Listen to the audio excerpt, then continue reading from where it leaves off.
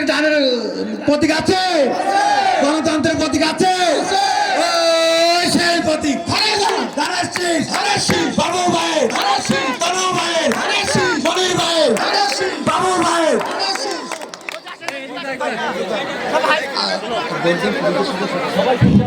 আমি আজকের এই বাংলাদেশ জাতীয়তাবাদী মহিলা দল কারপাইটাঙ্গা ইউনিয়ন, নাটকা ইউনিয়ন ও জামদা সদর ইউনিয়নের কিছু অংশ নিয়ে